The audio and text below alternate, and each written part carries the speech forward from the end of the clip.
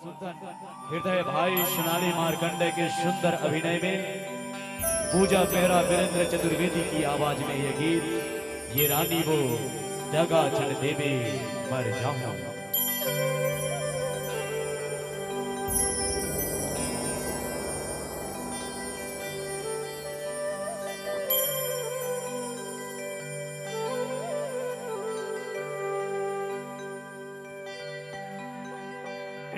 काटत हो दिन लकुआरा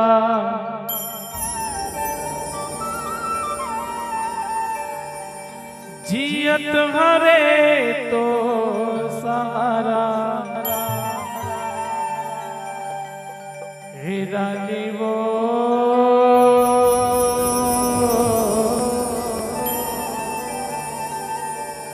दगा झन देवे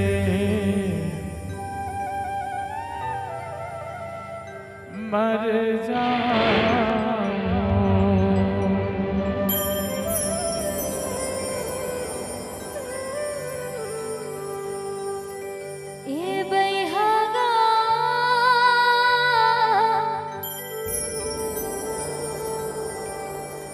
छोड़ जान देवे मर जाऊं।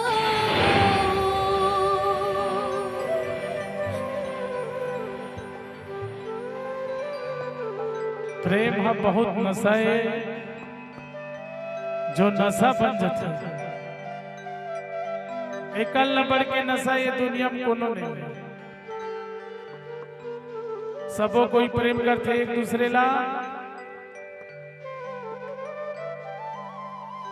और जब टूटते ना तो बहुत दर्द होते, बात ना सबो जानते। तब जाके रचनाकार मन ऐसे ऐसे गीत लिखते, गायन के माध्यम से कलाकार मन प्रस्तुत करते। रानी रे दगा झन देवे मर जाऊं।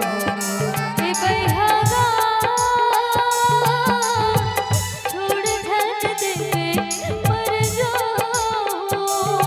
रानी वो दगा झन देवे मर जाऊं। छोड़ जान देवे मर जाऊं। काटत हो दिल कुआरा जियत हो तोर सहारा। झन देवे त मौला धोखा, ये जवानी है तोर भरोसा।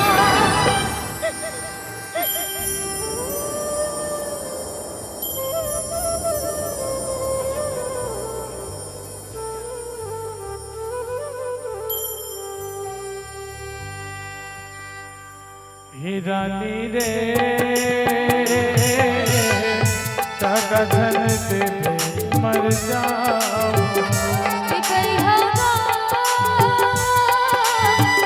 दगा झन देवे मर जाऊं।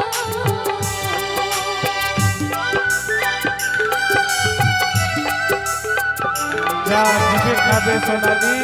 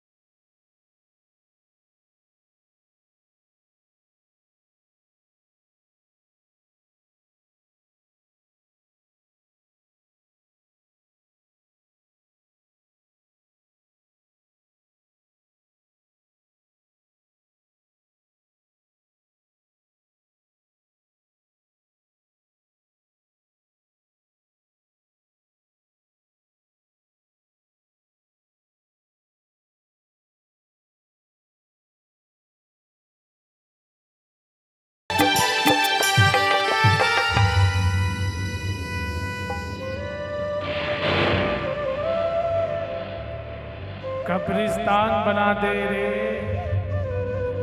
ये दुनिया ला सोनाली।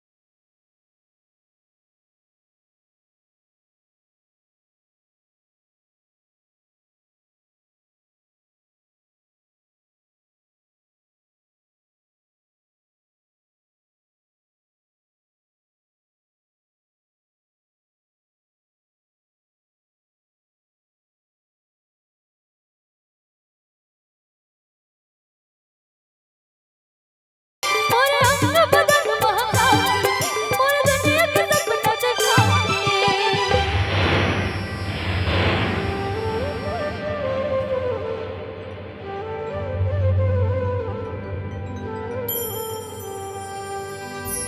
ये बेहाना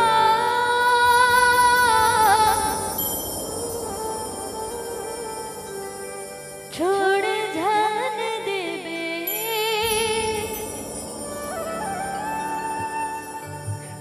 मर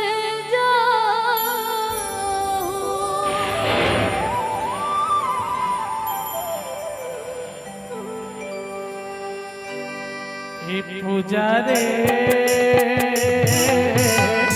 जगह धन देवे मर जाओ। ये बेहाना छोड़ जान देबे मर एक काटत हो दिल को जियत हो तो सहारा। जनदेव के मौला ये जवान है तोर भरोसा हे रानी वो तगा धन देवे मर जाओ। ये बेहाना सगा धन देबे मर कविता रे छोड़ धन देवे मर जाओ।